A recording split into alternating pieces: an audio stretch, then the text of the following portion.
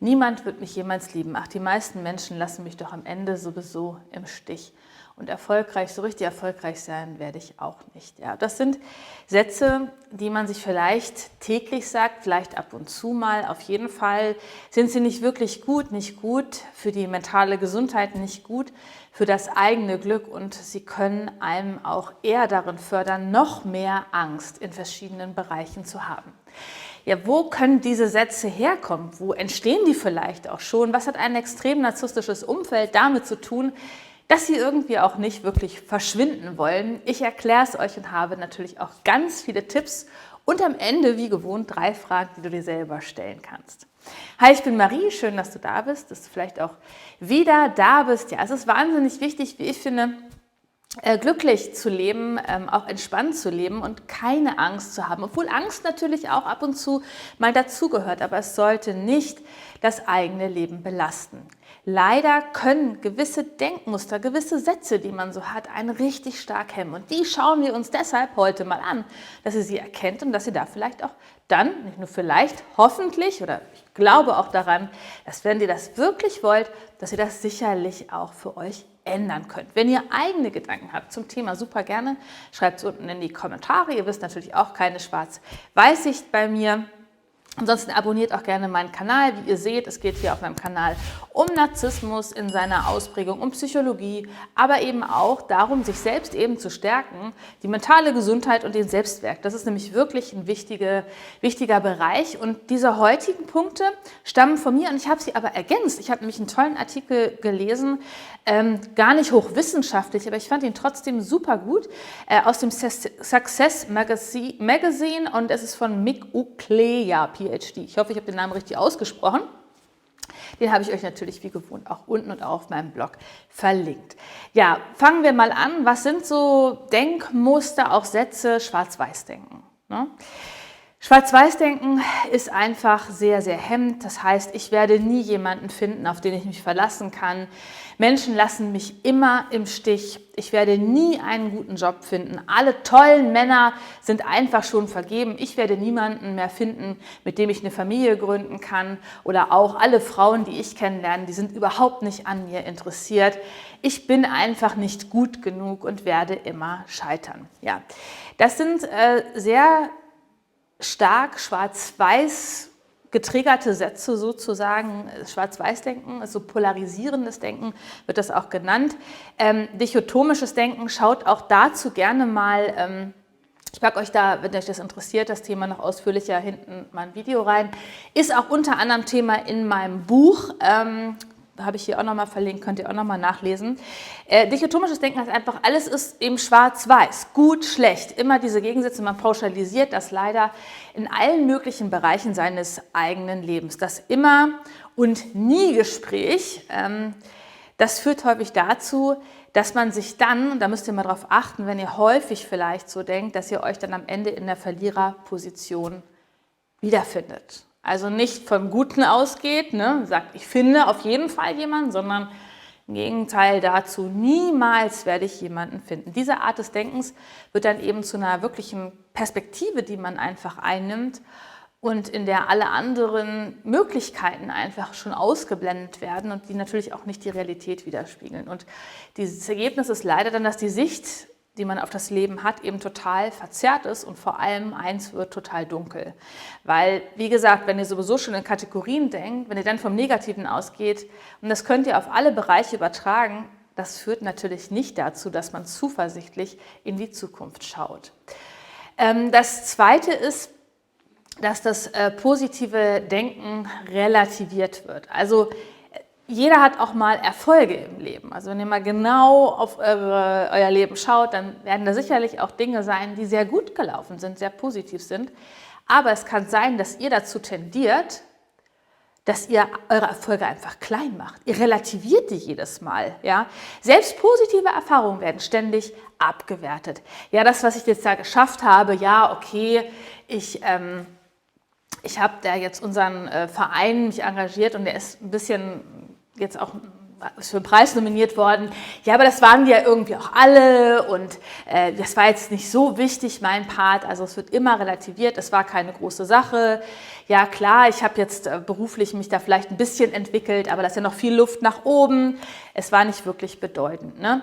Und das kann in allen Bereichen des Lebens sein. Zum Beispiel Susanne, die hat einen Garten neu gestaltet, ganz ohne Support und sie hat wirklich auch ein Händchen dafür. Ja, es ist wirklich so, dass ganz viele Leute sie eben darauf ansprechen. Sie hat da irgendwie, sie mag gerne so ein bisschen dieses Asiatische irgendwie, so hat sie den auch gestaltet und sorgt wirklich da für viel Aufsehen, aber ihr ist es eher unangenehm. Ja, sie relativiert es. Die Menschen kommen manchmal zu ihr in den Garten und sagen, Mensch, haben Sie einen schönen Garten? Und Susanne sagt, ja, naja, es ist ja ganz gut, aber da und da und da ist noch auch was zu verbessern. Ja, und macht es dann selber auch runter. Das Gleiche geht auch, wie gesagt, mit Joberfolgen, dass man die auch relativiert, auch Erfolge, wenn man Projekterfolge hat im Kollegenkreis, gar nicht sagt, ja, das stimmt, das ist gut gelaufen, toll, dass ich diesen Auftrag an Land gezogen habe. Relativiert es, gebt vielleicht auch anderen eher die Credits dafür und das ist natürlich auch nicht gut, weil man sich selber ständig klein macht. Für den eigenen Selbstwert natürlich Mist, weil man sich gar nicht den eigenen Wert entgegenbringt. Natürlich gucken wir auch gleich nochmal darauf, woran das auch liegt. Dann voreilige negative Schlussfolgerungen und alles persönlich zu nehmen. Ja?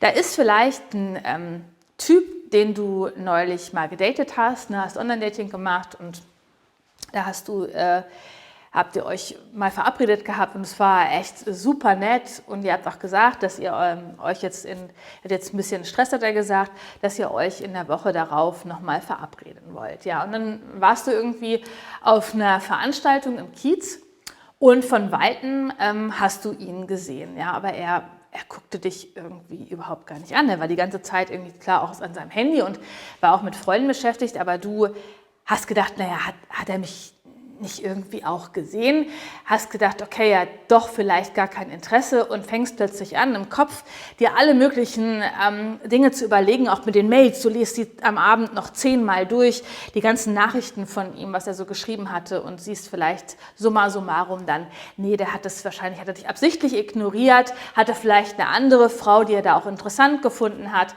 und ist an sich auch nicht an dir interessiert.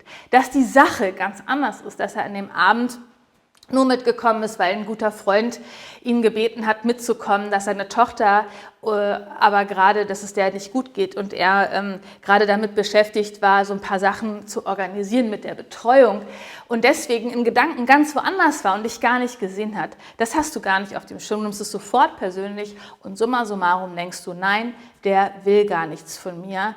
Und tust ihm damit wahrscheinlich auch wirklich Unrecht. Oder auch, wenn Menschen böse schauen, schlechte Stimmung haben, dann beziehst du das immer wieder auf dich selber. Also das kann auch wirklich im Alltag sein.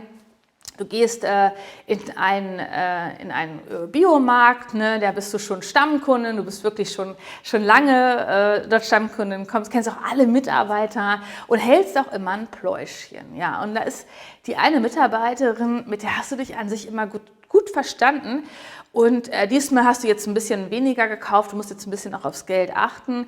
Ja, und du merkst irgendwie, dass sie zunehmend irgendwie nicht mehr, sie ist nicht mehr so fröhlich zu dir und sie redet auch nicht mehr so viel, ist relativ kurz angebunden und denkst, ja, es muss bestimmt daran liegen, die ist bestimmt jetzt sauer, weil ich jetzt so wenig nur noch kaufe, also nicht mehr so viel kaufe und denkst, sie weist dich zurück. Dass sie in Wirklichkeit gesundheitlich vielleicht gerade starke Probleme hat, dass sie eine Diagnose bekommen hat, die einfach nicht gut ist und dass sie sich selber gerade viel Sorgen macht, deswegen vielleicht auch nicht so fröhlich ist, aber natürlich dich als Kunde damit nicht belasten möchte, das kommt dir gar nicht in den Sinn. Du denkst, es liegt an dir, es liegt daran, dass du etwas falsch machst und das ist natürlich fällt negativ auch auf dich zurück, sozusagen in deiner Konsequenz und das ist natürlich auch nicht gut. Ne? Und das Problem ist, das könnt ihr auf ganz viele Sachen im Alltag eben beziehen, dass ihr wirklich alles auf euch bezieht, dass ihr immer negative Schlussfolgerungen zieht.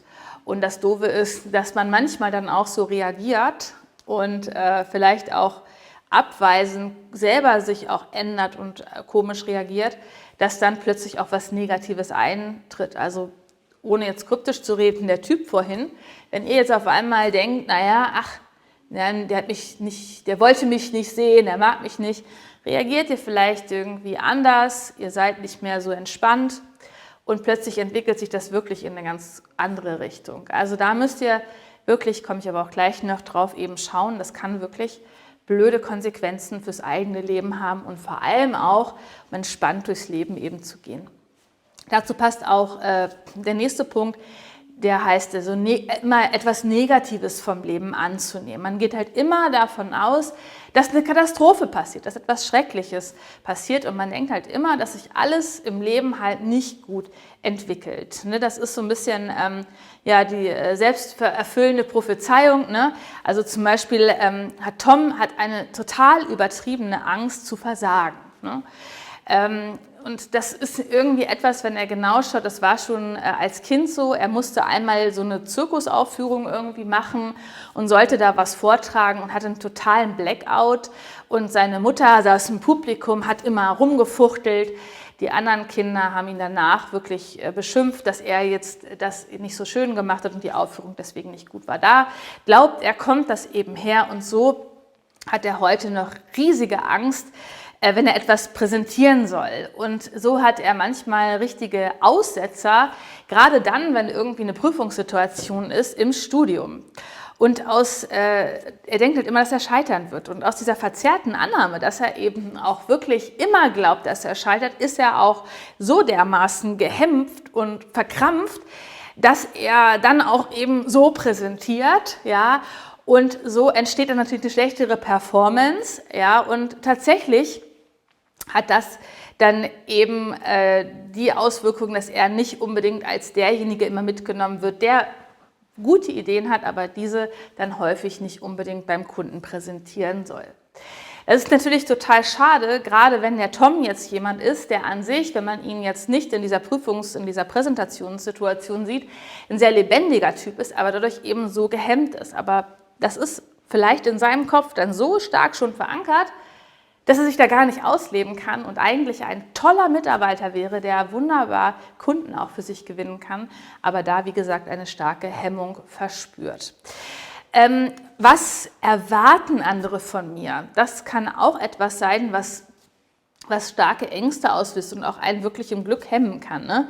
Man denkt immer die ganze Zeit, was ist jetzt richtig, was ist falsch und was erwarten eigentlich Menschen innerhalb meiner Rolle, die ich da habe, von mir. Und das führt häufig dazu, müsst ihr mal darauf achten, wenn ihr so ein Mensch seid, vielleicht auch sehr unsicher tief im Kern, dass ihr immer irgendwie überlegt, okay, in meiner Rolle als Mutter wird von mir jetzt erwartet, dass ich auf dem Kindergartenfest, weil ich 2 Kinder in der Kindergartengruppe jetzt betreuen lasse, dass ich dort auch einen besonders besonders viel mache vielleicht auch, mich besonders engagiere.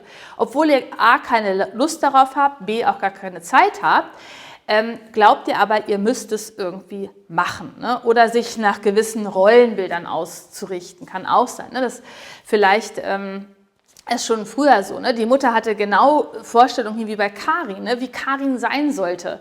Sie sollte eine Ausbildung machen, sollte eine gute Mutter werden, so sagte ihre Mutter das auch immer, heiraten, ne? Und Haus bauen und auch möglichst Kinder zu bekommen. Das machte Karin auch, ja, sie suchte sich einen Mann, den auch der Mutter gut gefiel, ja, und sie baute das Haus, sie bekam auch 2 Kinder, aber Karin wurde immer unglücklicher. Sie umsorgte ihren Mann, denn das war die Rolle auch, die Mutter ihr immer sagte, also es ist wichtig, den Mann auch zu umsorgen, ne? Als gute Frau, gute Mutter sollte man auch, ne, weißt ja, hinter jedem starken Mann steht eine besonders starke Frau, Karin, du musst dich da auch wirklich mit einbringen. Ne? Aber war Karin wirklich permanent unterfordert. Ja, Karin fühlte sich überhaupt gar nicht wohl.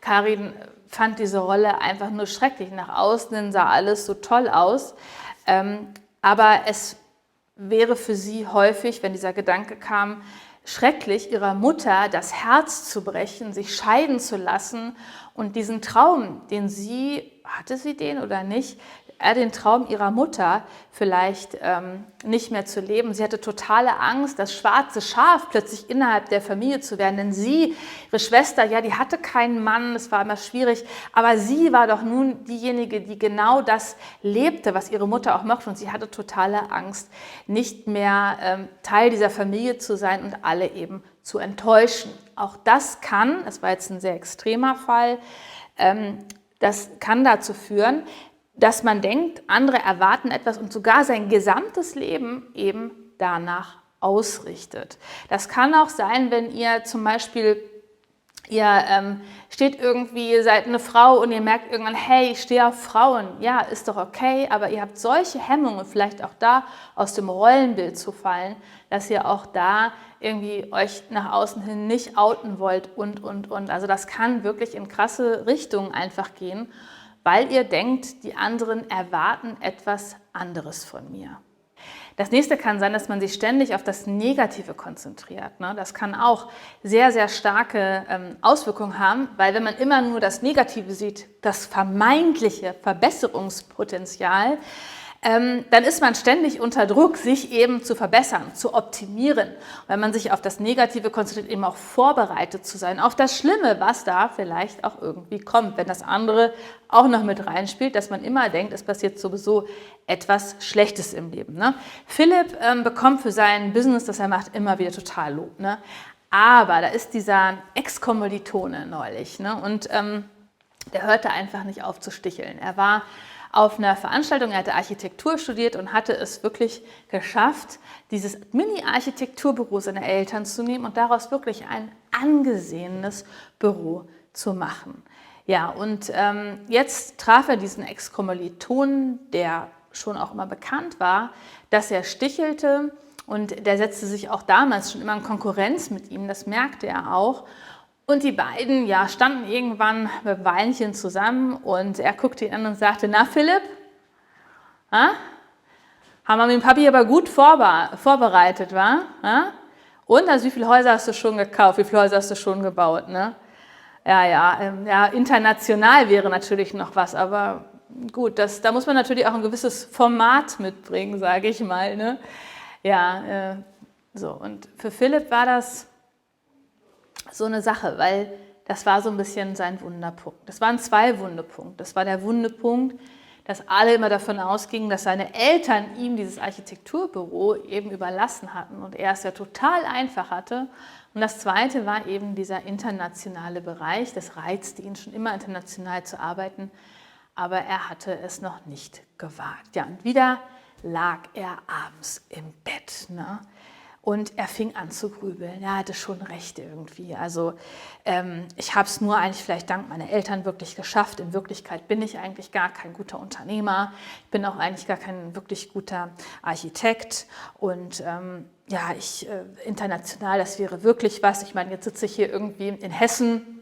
Ja, ist ganz nett, aber meine Träume sind ja eigentlich auch andere gewesen, ja. Und er fing an, sich nur wirklich auf diese negativen Punkte, die ihm sein Ex-Kommilitone eben spiegelte, zu konzentrieren und verrannte sich da und grübelte immer mehr in diese Richtung und es ging ihm von Tag zu Tag, von Woche zu Woche schlechter, anstatt mal zu sehen, dass er es geschafft hatte, aus dem kleinen Architekturbüro wirklich ein namhaftes Unternehmen eben zu machen und das ist ein internationaler Schritt, vielleicht einfach nur eine Frage der Zeit und seiner Einstellung gewesen wäre. Das sah aber nicht, weil er nur das Negative eben in dem Punkt gesehen hat. Also ihr seht auch das kann, wenn von außen etwas kommt, wenn man sich selber dann sehr stark auf das Negative konzentriert, das kann echt zu ganz blöden Auswirkungen führen. Ja, was machen diese Denkmuster mit einem?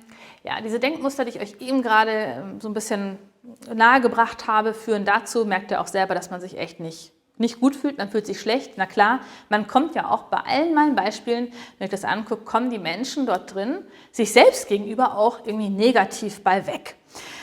Es ist ein eher negativer und sehr ängstlicher Blick auf den Alltag und das eigene Leben. Das ist ja, wenn man immer denkt, alles wird schlecht, man hat eine schlechte Rolle, jemand meint es nicht gut mit einem. Klar, das ist natürlich etwas sehr, sehr Negatives, was einen runterzieht und das ist der nächste Punkt, es macht einen selber klein und man macht sich vor allem auch selber klein. man muss auch sagen, man zieht mitunter, wenn man selber so eine Einstellung hat und diese auch nach außen spiegelt, ungesunde Menschen in das Leben, die die Erfahrung eben leider dann auch sozusagen bestätigen. Und das machen Narzissten eben ganz gerne. Also wenn ihr euch selber sehr klein macht, wenn ihr selber nicht für euch einsteht, ne, sagen wir mal der Philipp eben, der sagt, hey, ja, ich habe das übernommen für meine Eltern, aber ich habe da einen richtig netten, schönen Konzern draus gemacht. Ja, das läuft super. Und international, da erinnerst du mich an etwas, das stimmt. Das ist auf jeden Fall auch noch auf meiner Agenda. Ist ja eine ganz andere Einstellung. Wenn man aber sich sehr stark hinterfragt, merken Narzissten das und bohren da eher noch nach und kommen vielleicht auch ins eigene Leben. Und wenn ihr schon aus einem narzisstischen Elternhaus kommt, und da kommen wir jetzt auf die Ursachen, wo kommen diese Denkmuster eigentlich her? Das kommt nämlich nicht selten von früher, ist man das eben auch gewohnt. Das sind oft negative Lebenserfahrungen, die man eben auch tatsächlich gemacht hat. Wenn man viele Narzissten im Leben hat, hat man leider oft genau diese Erfahrung gemacht. Menschen haben verschiedene Gesichter, also sind auf der einen Seite sehr freundlich, verhalten sich dann aber irgendwie auch gegenteilig. Man macht eben die Erfahrung, dass Menschen plötzlich weg sind, dass sie irgendwie einen ghosten, dass man nicht genug ist, bekommt man von ihnen ständig gesagt. Und das ist natürlich etwas, was dieses negative Denken, was man vielleicht schon hatte, immer noch stärker untermauert. Wenn man in einem narzisstischen Elternhaus aufwächst, dann sind einem genau diese Denkmuster, die ich euch eben gerade gesagt habe, mitunter sehr, sehr geläufig. Ja? Dieses Schwarz-Weiß-Denken. Aber Narzissten sind eben so, dass sie sich nicht selber quasi runtermachen, sondern eben das Gegenüber runtermachen. Also das heißt, eure Eltern, die vielleicht stark narzisstisch sind, deine Eltern, Mutter, Vater, ja, haben dich immer runtergemacht und dir gesagt, na nun guck erst mal bei dir. Hüte dich davor, freu dich nicht zu früh. Ja? Hochmut kommt vor dem Fall. Das sind typische Sprüche. Das heißt, wenn du vielleicht mal positiv in die Zukunft geguckt hast, wenn du an dich vielleicht auch geglaubt hast, ja, dann kann das sein, dass solche Momente vielleicht auch schon dort im Keim erstickt worden sind und du das auch gar nicht entwickeln konntest. Es kann auch sein, dass du diese Sichtweisen deshalb aus einer narzisstischen Familie übernommen hast, ohne extrem narzisstisch zu sein. Also das ist durchaus auch möglich. Aber was kann man da jetzt tun, wenn ihr merkt, ihr habt diese Denkmuster? Ich habe einfach noch mal ein paar Tipps für euch. Erstmal solltet ihr erkennen, dass ihr diese Sätze denkt, dass ihr solche Denkmuster habt und dass die auch durchaus stark verinnerlicht sein können. Ihr solltet euch auf Ursachenforschung begeben. Habt ihr Eltern gehabt früher? Habt ihr jetzt noch ein Umfeld, das stark narzisstisch ist? Dazu kann ich euch Videos empfehlen, hier oben, hier unten verlinkt. Ich packe es euch auch noch mal hinten rein. Könnt ihr euch auch noch mal Videos im Anschluss angucken. Lege ich euch sehr stark ans Herz. Sich selbst nicht fertig zu machen. Es kann sein, dass ihr manchmal vielleicht in eine Negativspirale auch reingeratet. Das Leben kann ganz okay sein, dann kommt, ich nehme mal Philipp, der besagte Ex-Kommilitone, und auf einmal beginnt eine Negativschleife. Und es kann sein, dass es wie so eine Welle kommt und plötzlich alles negativ seht. Er kennt das, dass es vielleicht eher daran liegt, dass jemand einen wunden Punkt getroffen hat und es euch ärgert. Ja? Und ihr diesen Ärger aber gegen euch dann richtet. Also das ist ganz, ganz, ganz wichtig, dieses sich fertig machen zu erkennen und das eben auch zu stoppen. Wenn ihr nur diese Negativsicht habt, zwingt euch vielleicht sogar dazu, einfach mal aufzuschreiben, okay, guckt euch die letzten Wochen an, was war schlecht, aber was war auch gut. Ohne beides zu relativieren. Ihr werdet sehen, da sind auch gute Dinge passiert und es ist nicht nur alles schlecht. Ihr müsst auch aufpassen, ihr seid nicht extrem narzisstisch, wenn ihr solche Denkmuster habt. Das wäre viel zu kurz gedacht. Wie gesagt, es kann sein, dass ihr gar nichts anderes gelernt habt in eurem Leben, als in diesen Kategorien Gewinner, Verlierer, alles gut, alles schlecht eben zu denken. Man kann diese Denkmuster, die zu starken Ängsten und Hemmungen im Leben führen, kann man ändern. Ja? Natürlich, aber ihr müsst euch irgendwie auch die Zeit nehmen. Mit ein paar Glaubenssätzen, ich bin gut und so, die werden sicherlich unterstützend sein, ja, aber damit ist es schlichtweg nicht getan, wenn ihr das einfach tief bei euch verankert habt. Auch was das Thema, es hat ja viel mit dem Thema auch, sich selbst mehr wertzuschätzen, ja, eben positiv über sich zu denken.